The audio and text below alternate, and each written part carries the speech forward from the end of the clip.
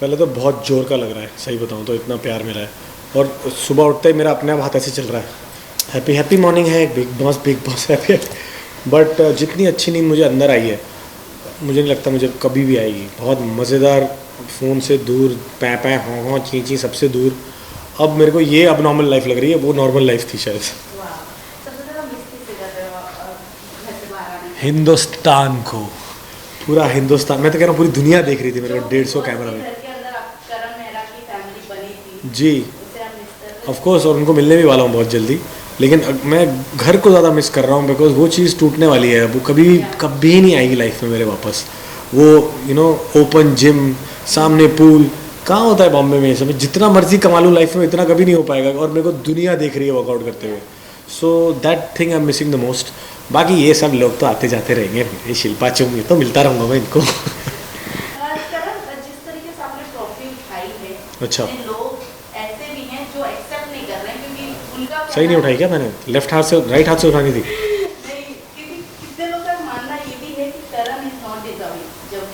जहां हम लोग देखते थे एज अ व्यूअर, हर एक आपका स्टेप लोगों को पसंद आ रहा था। ऐसे ही नहीं मीडिया जाकर किसी को इस तरीके से क्लियर, हर चीज़ों में क्लियर बता रहा कि आप सही जा रहे हो।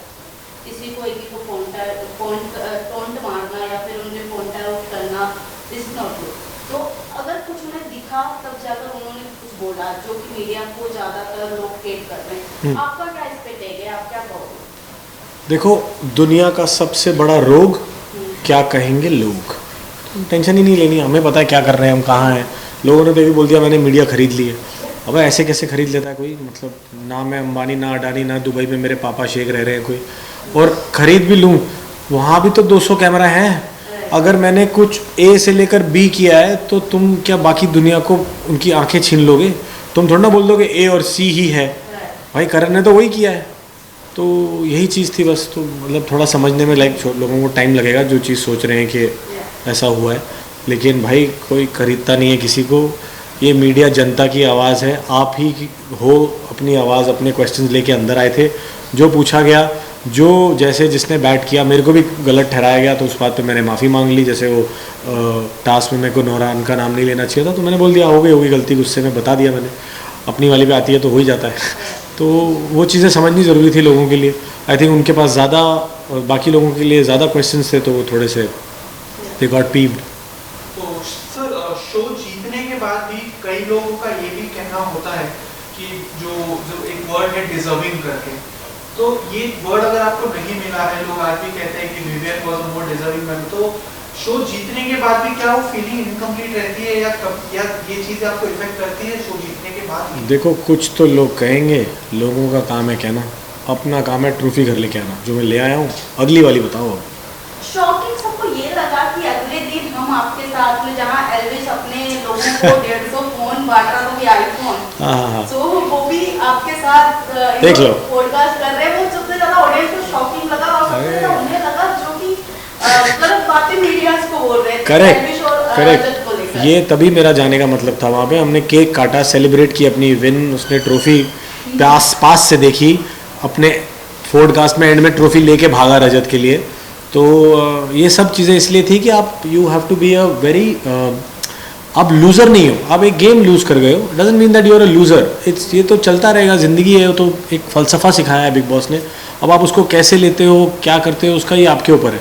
और एल्वेश बहुत ही मज़ेदार लड़का है, उसने अपना जोर लगा दिया जीतने के लिए। अब नहीं जीता उसका घोड़ा, उसका खिलाड़ी, तो उसने दिल पे नहीं ले लिया। सबसे पहले मुझे ही बुलाया गया, भाई इंटरव्यू करते हैं, मज़ा आएगा। तो हमने बहुत मज़ेदार बातें करी, बहुत फ़न सेगमेंट था वो भी, तोड़ फोड़ पॉडकास्ट जो भी था वो। एंड बहुत फ़न आया हमें। एंड यही चीज़ क्लियर करने गया था मैं कि भाई दोस्ती तो होती है, पर आप उस सिचुएशन के अंदर आप एक लॉगर हेड्स पे थे, ज़रूरी नहीं है ज़िंदगी भर वही चीज़ रहेगी। And it was a message to all the people who are spreading these threads कि आपका एड्रेस पता है और आपके फॉलोअर का ये है वो है। बेवकूफ़ वाली बातें हैं, सब छोड़ो, अच्छा काम करो कोई यार लाइफ में, कि आपके बारे में बातें हो। गाइस इधर प्लीज़ भी आईलाइन पे मत रहो ना। पर्सनली अगर आप जर्नी की बात करें, और अगर आप पर्सनली अगर आप अपनी जर्नी को देखते हैं, तो क्या आपकी जर्नी में आपको सबसे खास बात क्या कोई रिग्रेट हुआ या सबसे बड़ी अचीवमेंट आपको पर्सनली क्या लगी आपकी बिग बॉस की जर्नी में? यार जर्नी मैंने तो अपनी देखी नहीं, आप लोगों ने देखी है, आपको पता होना चाहिए इसका आंसर। बट मैं एक जो चीज़ अपने बारे में समझ के आया हूँ कि मैं काफ़ी इमोशनल हूँ। मुझे लगता था कि मैं रोता होता नहीं हूँ। Somewhere I was very surprise जब सनी देओल सर और बॉबी देओल सर रो पड़ते थे ना पापा की बात सुन के, तो आई वाज लाइक ये ऐसे कैसे हो सकता है। और बिग बॉस में जब मैं गया कि मेरे को यही रियलाइज़ हुआ कि मैं भी इस तरह, मेरे को I could relate to the feeling, चाहे वो जो किसी के बारे में हो, दोस्ती पे कुछ हो, मेरी माँ की चिट्ठी हो, किसी का कोई रिलेटिव आया हो, विवियन की बेटी जब आई थी और वो नहीं हिला, ऑल दोज वो मूविंग, बहुत ज़्यादा मूविंग मोमेंट्स थे मेरे लिए। तो मुझे लगा कि गाइस ये मत करो ना पीछे हिलना, तो वो चीज़ मुझे लगी कि यार क्या कहते हैं, somewhere that emotional quotient is there in me. तो I was happy as well as surprised. So sir, Khatron Ke Khiladi हो गया, बिग बॉस हो गया, what's next in your bucket list? आप बताओ मेरे को तो ट्रॉफी चाहिए, जो हाँ मर्जी फेंक दो ट्रॉफी लेके आऊँगा अब, because once you taste success the tongue wants more. And lastly क्या कुछ कहना चाहेंगे अपने ऑडियंस को, कहाँ अब आपको देखेगी करण महेंद्र? यार आप बस प्रेयर करो कि अब मैं दिखता ही रहूँ आपको अच्छी अच्छी जगहों पे। वो बातें चल रही हैं, जैसी कुछ साइन होता है सबसे पहले I let you guys know. Thank you. Thank you. Thank you so much.